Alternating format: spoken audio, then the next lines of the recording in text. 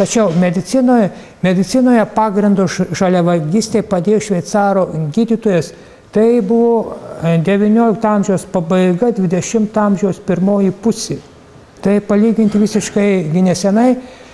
Bircher Beneris savo knygoje Основы лечения питанием на началах энергетики. Tai buvo dar išleista prie caro knyga Sankt Peterburge 1914 metais. Ir tuo metu dar prieš antrąjį pasaulinį karą buvo leidžiamos knygos medikų apie būtent žaliavalgystę. Ir štai 31 metais išleista Leningrado gydytojų Tarasavo ir Bochanovskos knyga Siraya пища и ее приготовление. O dabar suraskit gydytoją, kuris kalbėtų apie gyvą maistą, apie žalią ir gyvą maistą. Tai labai sunku surasti. Na, ir tokių ir panašių knygų iš tiesų buvo gerokai daugiau. Štai vėlgi Rusijos profesorius Pevzneris knygoje Mokomosios mitybos pagrindai. Šitoje knygoje yra ilgas ligų sąrašas, kurias sėkmingai gydo žaliavalgystė. Tai podagra ir šlapalo dietezė. Dietezė tai yra polinkis sirgti įvairiomis ligomis, štai vaiko kūdikių dietezė. Tai yra polinkis sirgti įvairiomis ligomis ir tai atsitinka tada, kai vaikas pradeda valgyti ką? Šitą būtent termiškai apdorotą maistą. Jau pereina nuo motinos pieno. Nutukimas, diabetas, odos lygos, širdies ir nervų sistemos susirgymai, o ypač funkcinės gineurozės, hipertireoidizmas, tai yra skydliaukė, neaiškios kilmės, migrenos, neurastenija, epilepsija, alerginios lygos, toliau eina kepenų, inkstų lygos, tarp jų ir chroniškas nefritas, žarnyno lygos, chroniniai vidurių užkietėjimai, diarėja, tai yra palaidi viduriai, nežinomos kilmės chroniniai žarnų katarai, infekcinės lygos ir chroniški apsinuodimai. Ir sąrašas baigiamas, atpratina alkoholikus nuo alkoholio, rūkorius nuo tabako. Išgydo net 3 laipsnio sifilį, tačiau Anglijoje būtent šitas metodas gydyti nuo sifilio žaliu maistu yra uždraustas, oficialiai yra uždraustas, kaip šarlatanizmas, nors išgydo 3 laipsnio sifilį. Išgydo 3 laipsnio sifilį. Teko skaityti apie šiuolaikinę gydytoją, kuri pati sirgo krūties vėžiu. Na, jai tą vėžį krūtį išoperavo ir ji perėjo ant žaliavalgystės ir tada visi vėžio požymiai išnyko. Ir tada ji, norėdama įsitikinti, kad tai iš tikrųjų buvo nuo žaliavalgystės, ji vėl pradėjo valgyti virtą maistą ir auglys atsirado kitoj krūty. Ir vėl jį perėjo ant žalio maisto ir auglys antroji krūtyje išnyko. Auglys būtent antroji krūtyje išnyko. Tai kai kas ir netgi ir klausia, kad žaliavalgystė yra dieta ar tai yra vaistas. Kai kas netgi, matydamas tą ilgą ligų sąrašą ir klausia, ar tai galbūt tai yra tik taigi vaistas. Iš tikrųjų, tai yra gyvenimo būdas. Mūsų lygos yra praktiškai, tai yra mūsų gyvenimo būdo lygos. Vėlgi 39 metai. Atkreipkiu dėmesį, kad tai, kai matote, pirmoji 20 amžiaus pusė. Pirmoji 20 amžiaus pusė, kada būtent dar alternatyvi kitokia medicina dar nebuvo taip nustumta į pašalus, kaip kad yra dabar, kaip kad įsigalėjo šitą mūsų cheminė, farmacinė medicina, o visas kitas būtent medicinos rūšis bando panaikinti, kad ji viena būtų kaip užkariautų viso pasaulio rinką ir kad visi žmonės būtų vaistų pirkėjai. Taigi, Friedmanas rašė, mityba žaliu augaliniu maistu rekomenduojama ir kaip masinio maitinimo rūšis ir kaip vertingas gydomasis dietinis faktorius gydant įvairius susirgimus. Ir dabar apie tai iš gydytojų niekur niekada, ko gero, neišgirsti. Tačiau vėliau iš medikų vadovėlių išnyko atitinkami skyriai, o kai kurie medicinos institutai skelbė karą žaliavalgystei, laikydami jį mitybos iškreipimu, nemoksliškumu ir taip toliau. Ir dabar aš jau girdėjau, kad šiais metais ES bus bandomas priimti ir tikriausiai bus priimtas įstatymas, kad visos kitos medicinos rūšys, išskyrus šitą medikamentinę medicina, kurią mes daugiausiai naudojam, bus paskelbtos neteisingomis, šarlataniškomis ir bus jos neteisėtomis bus paskelbtos. Ir mes visi būsime verčiami eiti tik tai į vieną medicinos rūšį ir tuo pačiu priklausysime nuo tų vaistų, kurie mums bus pateikiami, kurie būtent mums bus pateikiami. Yra internete netgi didelis straipsnis apie tai, kaip visos kitos alternatyvinės medicinos rūšys veikiant Rockefellerio kompanijoms, kuris panaudodamas būtent didelius pinigus, jas naikino. Ta prasme, kad jisai įgijo teisę nustatyti, tai yra sertifikuoti medicinos mokyklas, kokia medicinos šaka yra tinkama, o kuri būtent yra šarlatanizmas. Ir tai buvo išnaikinta didžioji dauguma tų vadinamųjų kitokių alternatyvių medicinos krypčių ir šakų. Ir dabar jau norima palikti tik tai vieną. Ir čia mums reikia būti sąmoningiams ir tuo pačiu kovoti už savo teisės. Jeigu galima kažką tai daryti, tai demokratinėse laisvės, demokratinėje valstybėje galima ir to paties nedaryti. Tokia teisė tai būtent turėtų būti. Ir iš tiesų, ką aš noriu pasakyti, kad bene daugiausia painiavos medicinoje yra mitybos ir dietologijos srityje. Ir pastebėkite, kiek yra įvairių teorijų.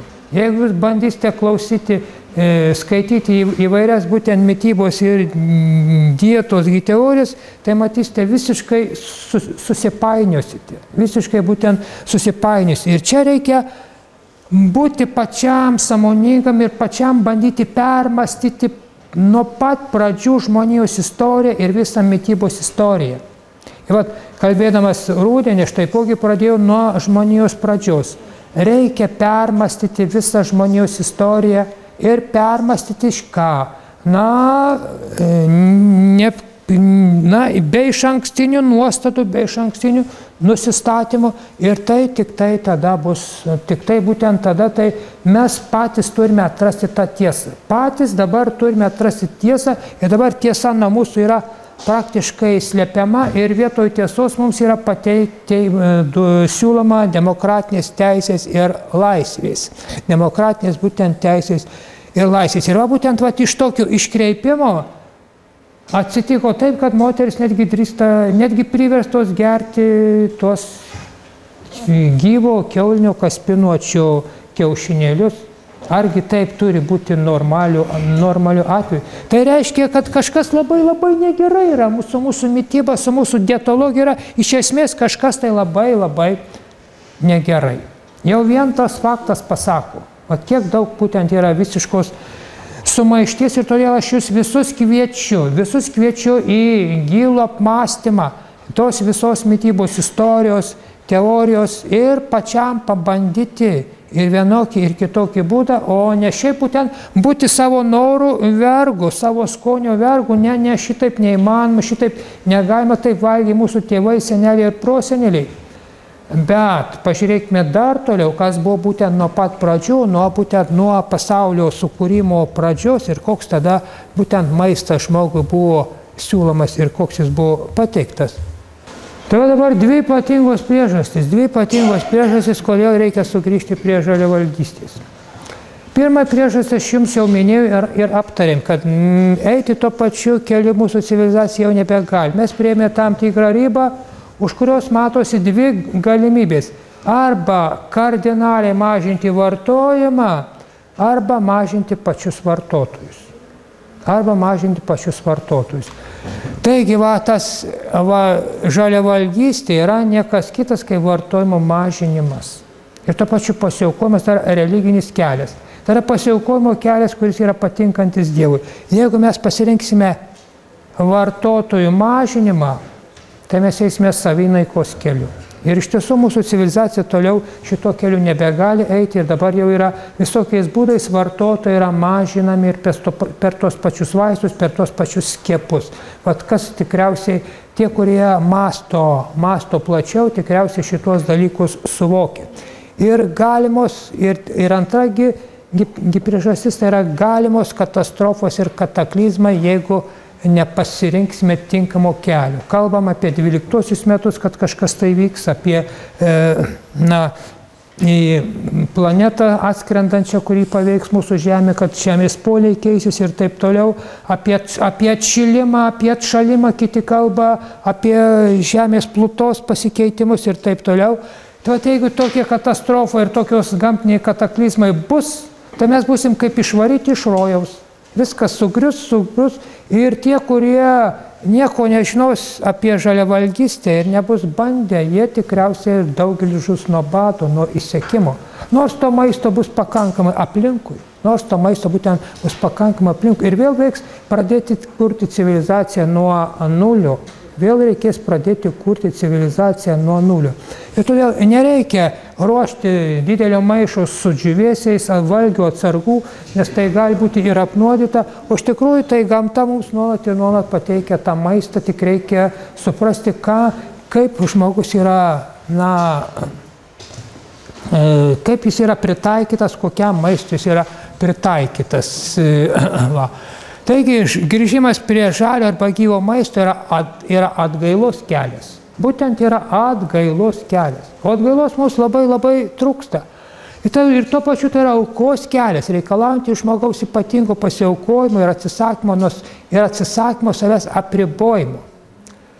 Tai ne tik tai kardinalus, tai yra iš esmės vartojimo sumažinimas, bet ir religinis kelias, nes auka yra pagrindinis veiksmas artinantį žmogų prie Dievo. Taigi, aš nepradedu nuo to, ką reikėtų valgyti, nes tai, kai kurie pamatę, ką reikia valgyti, sakysite, tai ne maistas ir aš to negaliu. Pirmiausia, turi atsirasti motyvas, kodėl taip reikia daryti, būtent kodėl taip reikia daryti. Ir tik tada aš galėsiu pasiaukoti, galėsiu būtent save disciplinuoti, tik tai tada. Ir todėl mums, kaip sakiau, pirmiausia reikia suvokti patį principą, pačią teoriją, kas yra žmogus, kaip žmogaus virškinimo sistema veikia, kaip yra pritaikyta, ir apie tai būtent mes kalbėsime ateinančiais kartais po truputį, nes dabar jau mums laikas eina. Ir dar galbūt pažiūrėkime vieną, jau noriu rodyti.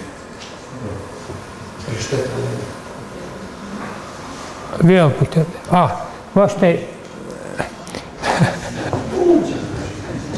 Vieną paveiksliuką dar parodys. Tai daugelis taip ir sako, kad žinau, kad žalias maistas yra kenksmingas sveikatai, o žalias monotrofinis maistas yra mirtinai pavojingas. Mirtinai? Tai kasgi mirtinai yra pavojinga? Virtas maistas. Virtas. Jis sako atvirkščiai.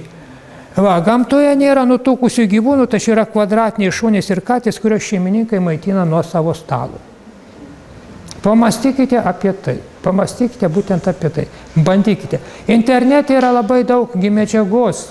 Įveskite į paieškos sistemą